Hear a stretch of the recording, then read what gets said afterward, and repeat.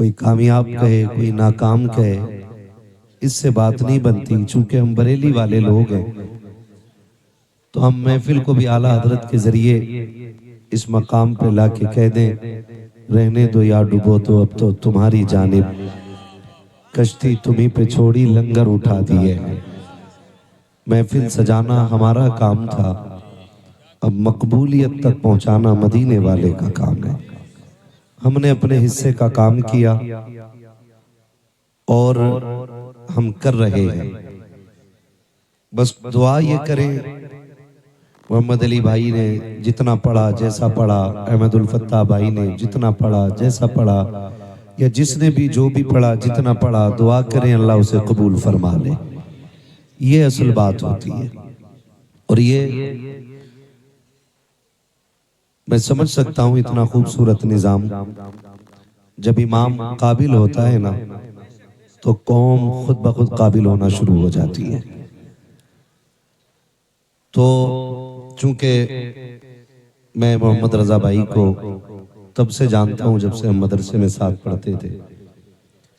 माशाअल्लाह अच्छे अखलाक के मालिक भी हैं, अच्छे किरदार के मालिक भी हैं, और अल्लाह ने इल्म से भी खूब नवाजा है। मगर बात यह है कि देखिए, बड़े बूढ़े कहते हैं कि जैसा मीठा डालोगे, जैसा गुड़ डालोगे वैसे ही मीठा होना है। मैं हमेशा लोगों को मशवरा देता हूं, इमाम काबिल रखिए ताकि नमाजें दुरुस्त होती रहे। वरना मस्जिद रजा में हम लोग बैठे हुए थे, तकरार चल रही थी, बहुत ऊंची टोपी लगा के एक जनाब आए, मगरिब की नमाज पढ़ रहे थे, 2 रकात पे सलाम फेर दिए। हमने सोचा शायद भूल गए, हमने जाके कहा जनाब तो पे ही सलाम फेर दिया। कहने लगे मुसाफिर हूं। वो मगरिब में भी कसर कर बैठे। तो काबिलियत टोपी और जुब्बा और दस्तार में नहीं होती है। आप इमाम अच्छे रखें ताकि नमाज अच्छे से अदा होती रहे। वरना कई बार मस्जिदों में जाना होता है ना, कारी मोहम्मद अली साहब माशाल्लाह हमारे अच्छे हाफिज भी हैं, शानदार कारी भी हैं। ये जितनी अच्छी नात पढ़ते हैं ना, उससे कहीं ज्यादा अच्छा ये कुरान पढ़ते हैं। कभी इनसे कुरान भी सुनिएगा, कभी कहिएगा आज हमें कुरान सुनाए। लेकिन शौक खत्म होता जा रहा है कुरान का हमारे बीच से। पता ही नहीं है कुरान की तिलावत की लज्जत क्या है। कुरान में अल्लाह ने वो कैफियत रखी है, अगर समंदर के किनारे अच्छा कारी पढ़ दे तो वाकई मछलियां तैरना भूल करके किनारे पे कुरान सुनने आ जाए। नात पढ़ना इन्होंने बाद में शुरू किया है, कई सारे किरात के मुकाबले जीते। तो ये शानदार कारी भी हैं। और कुछ लोगों के इल्म में इजाफा करने के लिए बता दूं कि जहां शानदार हाफिज हैं, कारी हैं, अच्छे आलिम भी हैं, फाजिल भी हैं। हाँ, कई बार नात खा जब नाम आता तो तसव्वुर में जहालत आती है। ये भी समझ लें, कमेंट में लोग कुछ भी लिख देते। कभी घर आओ तो इंशाअल्लाह गर्दाने भी याद कराएंगे, मुल्ला हसन भी पढ़ाई जाएगी, हाँ काफिया भी समझाई जाएगी। शुक्र है अल्लाह का, हमने चलते फिरते लोगों से नहीं पढ़ा है। हम तो खुल के कहते हैं, हमारे उस्तादों में शेखुल हदीस हजरते अल्लामा आकिल मिसबाही साहिब किबला जैसी शख्सियतें आती हैं, जो आज मंजर इस्लाम में दिलो जान से खिदमत अंजाम दे रहे हैं। मजाक बात नहीं है, बुखारी शरीफ की शरह लिख रहे हैं, कई जिल्दें मंजर आम पर आ चुकी हैं और अभी काम जारी है। ये काबिल लोग हैं। तो खुदा तौफीक देना, तो कभी मोहम्मद अली भाई से कहिए एक रुकू भी सुनाए। अभी 1.5 घंटा बाबू नात पढ़ी है इन्होंने। अल्लाह आप लोगों को सलामत रखे, इमाम अच्छे रखिए। कई बार मस्जिदों में जाना होता है ना, तो दिल करता नियत तोड़ के भाग जाए। हाँ, इमाम ही ऐसे रख रखे। जब 5 किलो गल्ला दोगे तो इमाम ऐसे ही मिलना है ना। थोड़ी तनख्वाहों में इजाफा करें, अच्छा इमाम रखें। इमाम अच्छा होगा, इबादत अच्छी होगी। कितने लोग मस्जिद में 5 टाइम जाते हैं? हाथ ना उठाओ भैया, झूठ भी उठ जाएंगे। नीचे कर लो, खुद महसूस करें, अपने आप से पूछें क्यों? क्योंकि कभी कभी दिल नहीं लगता मस्जिद में। उसकी एक वजह यह भी है कि अच्छे कुरान पढ़ने वाले लोग नहीं, काबिल लोग रखिए। और हम तो ये सोचते हैं अगर एक दिन इमाम साहब घर चले जावे ना, तो मुक्तदियों में झगड़ा हो जा, मुसल्ले पे मुझे आना। दुख चल गए कि मुझसे पहले तू कैसे इमाम साहब के पीछे मैं खड़ा होता हूँ। कभी कह रहे आदान मैं पढ़ता हूँ, नमाज भी मैं ही पढ़ाऊंगा। मुसल्ला इतना हल्का ना समझिएगा, हम सारे ही आला हज़रत वाले लोग हैं। किसी ने आला हज़रत से पूछा आपको कितना इल्म है? इल्म कितना है? आज तक तहकीक चल रही है, एक एक शेर की तशरीह हो रही है, लेकिन शेर की तशरीह मुकम्मल नहीं हो रही है। सैकड़ों साल बीत गए, लेकिन आला हज़रत अभी समझ में नहीं आ रहे। तो वो क्या कहते हैं? उन्होंने कहा कि बस इतना इल्म है कि मैं अपनी नमाज सही पढ़ लेता हूं। अब सोचिए कितने इल्म की जरूरत है नमाज के दुरुस्त होने के लिए। कितने इल्म की जरूरत है नमाज के दुरुस्त होने के लिए। आला हज़रत जैसा आलिम कह रहा है कि बस इतना इल्म है कि अब अपनी नमाज दुरुस्त कर लेता हूं। यहाँ तो एक आए टोपी ओढ़ के, दाढ़ी भी पूरी थी, उनसे कहा नमाज पढ़ा तो कह रहे होले वाली पढ़ा लेता मैं। जोर से वाली नहीं पढ़ा पाता, होले वाली, धीरे वाली। का धीरे वाली क्या तेज वाली क्यों? इसमें भूल जाता हूं। तो ये कंडीशंस हमारी हैं। ये जो हमारे जलसे होते हैं ना, इन जलसों का मकसद क्या है? इन जलसों का मकसद सिर्फ इतना होता है ताकि हम इन जलसों में आके ये सीखें कि हम दुनिया में आए क्यों आए, हमारे दुनिया में आने का मतलब क्या था। आए, इमारतें बनाई, बिल्डिंगें बनाई, प्लॉट खरीदे, चले गए। क्या ये मकसद था? क्या ये हद है? क्या इसीलिए हम आए हैं? नहीं, आला हज़रत ने बात साफ कर दी।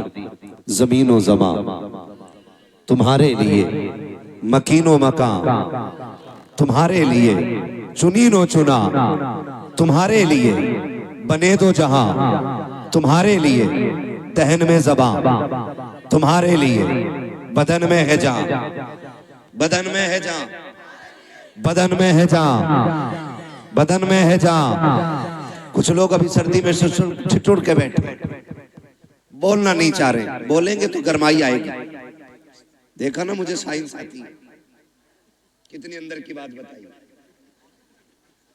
बोलेंगे तो गरमाई आएगी। दहन में ज़बां, बदन में है जान। हम आए यहाँ, उठे भी वहां। जो नहीं बोल रहे वो उठ जाएं, जो खड़े उन्हें बैठने का मौका मिल जाए। हाँ, कभी कभी ऐसा होता है उन्हीं को जाम मिलता है जिन्हें पीना नहीं आता है ना। अगर किस्मत से कुछ सुस्त लोग आगे बैठ गए तो वो उठ के उधर चले जाएं, जो मजबूत लोग हैं वो थोड़े से आगे आ जाए। हम आए यहाँ, उठे भी वहां। सबा वो चले कि बाग फले, वो फूल खिले कि दिन हो भले, लिवा के तले सना में खुले, रजा की ज़बां, रजा की ज़बां तुम्हारे लिए। अब इतना तो समझ में आ गया हम आए क्यों हैं। एक सवाल आपसे कर लूं, बर्दाश्त करेंगे? निकाह किसकी सुन्नत है? किसकी? हुजूर की सुन्नत है। बारात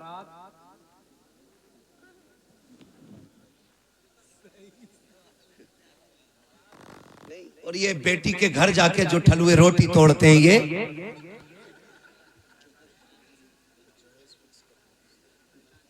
समझ रहे हैं ना मेरी बात? मैं कुछ पूछ रहा हूं आपसे। गए थे बचना है ना, जो बारात में जाके रोटी तोड़ते हैं ये निकाह क्या है? बोले जिनका हो गया वही क्यों बोल रहे हैं? बोलो जरा, क्या है? किसकी? रसूलुल्लाह की। एक सुन्नत को अदा करने के लिए कितने गुनाह करते हो, ये भी बोलो मेरे बेटे।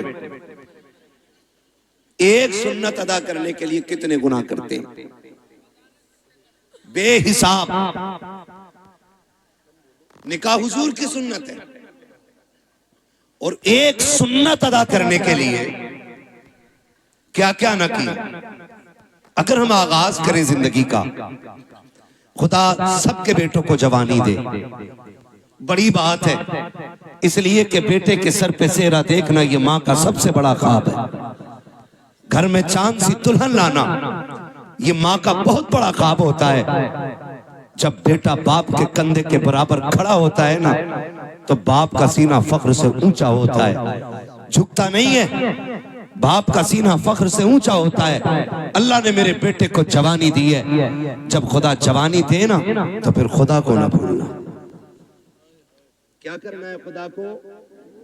खुदा को नहीं भूलना है, यही असल है। बेटा जवान हुआ, अम्मा ने क्या कहा? जैसी बेटे जवानी की दहलीज पे कदम रखते हैं, माँ कहती है चांद सी दुल्हन लानी है। मैं समझता हूं हर माँ की कहानी ये होगी, क्योंकि हर माँ अपने लाल से बेपनाह प्यार करती है। मैं कहूं कि मोहम्मद रजा भाई की माँ प्यार करती है, सिर्फ ये गलत होगा। मेरी माँ प्यार करती है, सिर्फ ये भी गलत होगा।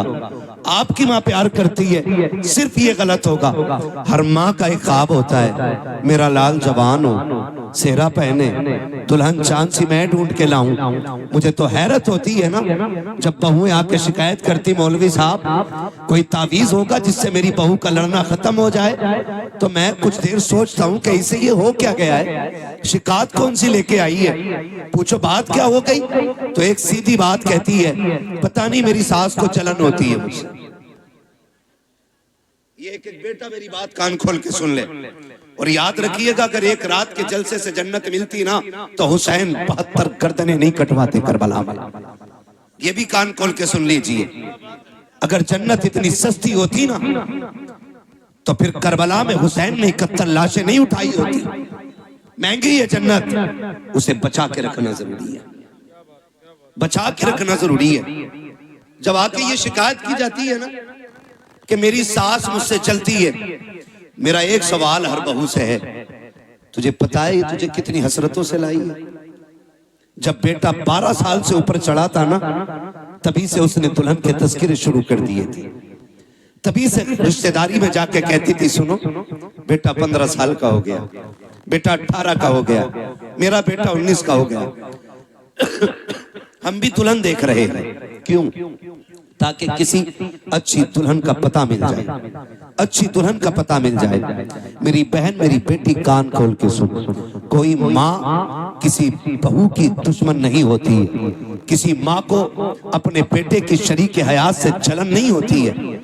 आप अगर ये पूछें फिर ये झगड़े कैसे, एक सीधी सी बात है, याद रखिएगा, ये सबक जाके बहन बेटी को पढ़ाना, कहना सुनो, माँ हर बहू के अंदर एक अच्छी माँ देखना चाहती है। माँ हर बहू के अंदर एक अच्छी माँ देखना चाहती है। वो ये चाहती है कि जितनी फिक्र मैंने अपने बेटे की है, उतनी ही फिक्र, जाने दीजिए, उतनी ही फिक्र मेरे बहू को होनी चाहिए, उतनी ही फिक्र। मैं खुद समझता हूँ मेरी तकरीर जितनी अहम थी, उसी वक्त मुझे मौका दिया गया। मुझे खुद भी पता है, मुझे इस वक्त मौका देने का मतलब ये है कि तकरीर इतनी जरूरी नहीं है। बस ये है, जो लोग बाहर से आए, मुझे पता, मैं उनके लिए बोल रहा हूँ। अल्लाह आपको सलामत रखे। जरा कह दें या रसूल अल्लाह। मैं किसी को डांटूंगा नहीं, मर्जी है, जिसे उठ के जाना चाहे चला जाए। मेरा उसूल है, महबूब की महफिल को महबूब सजाते हैं, आते हैं वही जिनको सरकार बुलाते हैं। तो एक बहू के अंदर माँ, एक अच्छी माँ देखना चाहती है। तो ये जो शिकायतें चल रही है ना छोटी छोटी, कहीं ना कहीं हमने इनमें कमियां की, कहीं ना कहीं हमने इसमें गलत किया। जब हम आए हुजूर के लिए थे तो जिंदगी किसके लिए जी रहे हैं? आज के हालात आप देखें, हमारी कंडीशन क्या है। हम सारे दुश्मनों के निशाने पे बैठे हुए हैं। आज सारी इस्लाम दुश्मन ताकत मुत्तहिद हो गई और सबका एक ही मिशन है, मुसलमानों को मिटाया जाए, इस्लाम खत्म किया जाए। मैं कसम खा के कह सकता हूं, सुबह कयामत तक न मुसलमान मिट सकता है और ना ही इस्लाम मिट सकता है। इसलिए कि इस इस्लाम की बुनियाद इस उम्मत को मेरे नबी ने बनाया है और इस दीन की हिफाजत मेरा खुदा कर रहा है। फानूस बन के जिसकी हिफाजत हवा करे, वो शम्मा क्या बुझे जिसे रोशन खुदा करे। तो ये दीन मिट नहीं सकता है, लेकिन आपको होशियार होने की जरूरत है, आपको होश में आने की जरूरत है, आपको होश के नाखून लेने की जरूरत है। कितनी तेजी के साथ बेटियां मुर्तद हो रही हैं। आपके बरेली सबसे आगे इस लिस्ट में है कि सबसे ज्यादा अगर दीन छोड़ा है तो आपके बरेली की बेटियों ने दीन छोड़ा है। मैं खुल के कह रहा हूं आपसे, क्या किया हमने उनके लिए, कितनी तहरीकें चलाई, कितनी तंजीमें बनाई, कितनी कमेटियां बेटियों की हिफाजत के लिए बनाई गई। मुझे बताया जाए, बस जितनी देर खबर आती है बेटी फलां की भाग गई, उतनी देर गुस्सा आता है, उतनी देर प्लानिंग होती है। अगला सूरज निकला फिर वही बेढंगी चाल। कौन बचाएगा इन बेटियों को आकर के? क्या फिर से उमर इब्न खत्ताब को आना है? क्या फिर से शेर खुदा को आना है? क्या फिर कोई सलाहुद्दीन आएगा? क्या फिर कोई मोहम्मद बिन कासिम आएगा? क्या फिर से किसी खालिद बिन वलीद को आना है? नहीं, जिनको आना था आ चुके। अब या तो तुझे खालिद बिन वलीद बनना है या मुझे खालिद बिन वलीद बनना है। ये बात कान खोल के सुन लीजिए।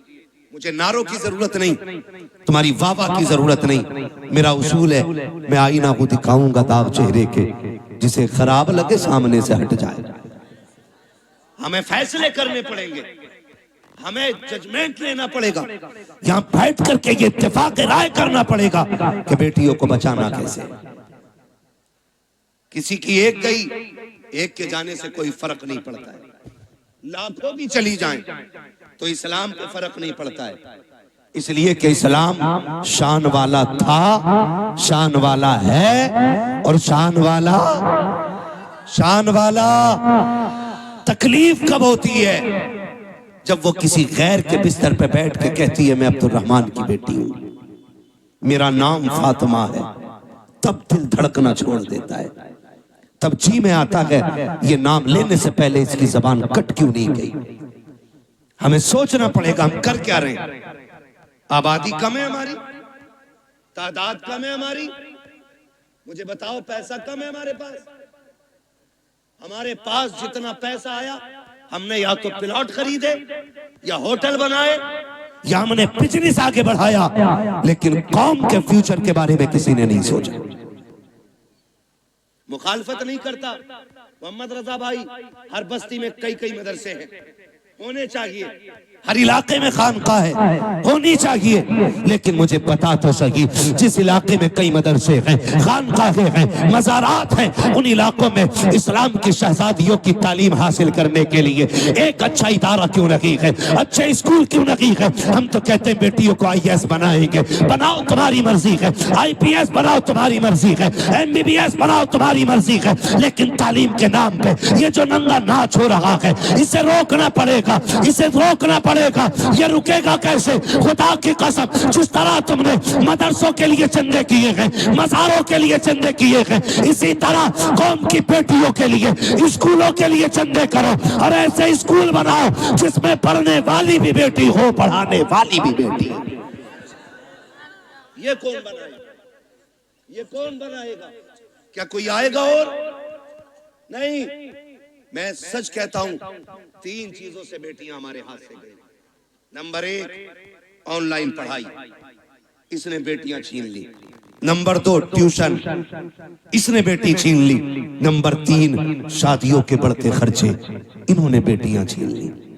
और ये कितनी कसरत से हमारे बीच में, ये खुद फैसला करें हम लोग। जब तक ऑनलाइन पढ़ाई नहीं थी किसी को रजाई में छुप के मोबाइल चलाने की इजाजत नहीं थी। जब से ऑनलाइन तालीम आई, बाप की मजबूरी बन गई। ऑनलाइन छोटे फोन पे नहीं हो सकती है, बड़े फोनों पे। और रह गई ट्यूशन के तमाशे, तो आप सोशल मीडिया पे सर्च करें हमारी बेटियों का किस तरह इस्तेमाल हो रहा है, किस तरह उन्हें छेड़ा जाता है। मैं आपकी बेटी पे एतराज नहीं कर सकता, मैं कहता हूं आपकी बेटी शरीफ होगी, लेकिन जहां जाके बैठ रही है वहां तो सारे शरीफ नहीं है, वहां तो सारे शरीफ नहीं है। और इस तरह मिजाज बनाया गया, दो लड़कों के बीच में एक लड़की बैठाई जाती है और अब्बा कह रहा शुक्र है बेटी आईएएस हो रही है, बेटी आईपीएस हो रही है। मैंने पहले कहा मैं तालीम का मुखालिफ नहीं, तरीक़े तालीम का मुखालिफ हूं। जिस तरीके से बेटियां पढ़ाई जा रही हैं, हम अपनी कौम को एक स्कूल न दे सके, एक कॉलेज न दे सके जिसमें पढ़ने वाली भी बेटी होती, पढ़ाने वाली भी बेटी होती।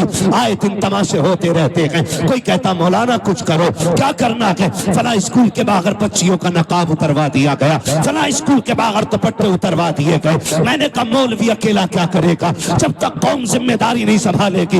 एक मौलवी क्या क्या करेगा? जलसे भी संभाले, मदरसे भी संभाले, मस्जिदें भी संभाले, खानकाहें भी संभाले, महफिलें भी संभाले, इलाके भी संभाले, जिम्मेदारी स्कूलों की भी। मौलवियों के सर डालना चाहते हो, निकलो कमाई के चक्कर से, थोड़ा सा आगे बढ़ के ऐसे स्कूल बना दो ताकि किसी की जरूरत ना हो, कोई तेरी बेटी का नकाब उतार सके, कोई उसके सर से दुपट्टा उतार सके। उससे कह दो बेटी भी हमारी है, स्कूल भी हमारा है, तालीम जो भी होगी कहीं से फातिमा ज़हरा बना के बेटी पढ़ाई जाए।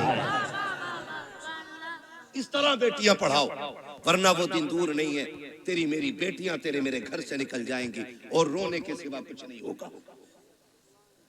और ये बेटियां जो हाथों से निकल गई, इसकी सबसे बड़ी वजह है बाप और भाइयों का नशेड़ी और शराबी होना। सुन लो कान खोल करके, मुझे मतलब नहीं है दोबारा बुलाया जाए या ना बुलाया जाए, ये सबसे बड़ी वजह है। जब बाप या भाई शराब के नशे में धुत पड़ा रहेगा तो घरों की रखवाली कौन करेगा? हम कहां गिर गए? पार्टी के नाम पे शराब, दोस्तों की दावत के नाम पे शराब, बिजनेस में फायदा हो गया उसके नाम पे शराब। अब तो शादियों में शराब चलने लगी। किसकी नजर लगी इस कौम मुस्लिम को? मैं पूछना चाहता हूं,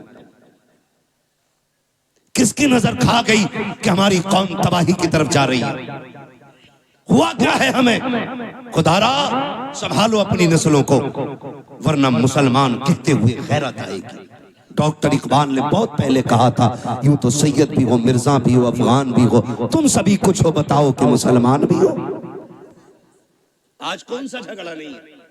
कोई कह रहा मैं पठान हूं, कोई कह रहा मैं अंसारी हूं, कोई कह रहा मैं शेख हूं। यही झगड़े रह गए थे, कोई दूसरा काम नहीं बचाता। और भाई सुन कान खोल करके, किसी पठान को कोई अजमत और रिफत हासिल नहीं है, किसी खसाब को कोई अजमत हासिल नहीं है। खुदा की कसम, अल्लाह के नजदीक सबसे ज्यादा इज्जत वाला वो होता है जो सबसे ज्यादा तकवे वाला होता है। अगर नाज करना है, सजदों की कसरत पे नाज करो, कुरान की तिलावत पे नाज करो, अपने आप को देखो, मुहासबा करो, आईने के आगे खड़ा कर और पूछ तो सकी कितनी रातें ऐसी गुजरी है जिसमें तुमने खुदा को मनाया है, कितनी रातें ऐसी गुजरी है जिसमें रब को राजी किया है। अगर एक रात भी ऐसी नहीं है तो हंसने का मौका नहीं है, खुश होने का मौका नहीं है। एक रात ऐसी निकाल लो कि जब दुनिया सोती हो तू मुसल्ले पे आ जा, अपने रब को रो के दिखा दे। खुदा की कसम, तो आंसू गिराना तेरा काम है, जन्नती बना देना खुदा का काम।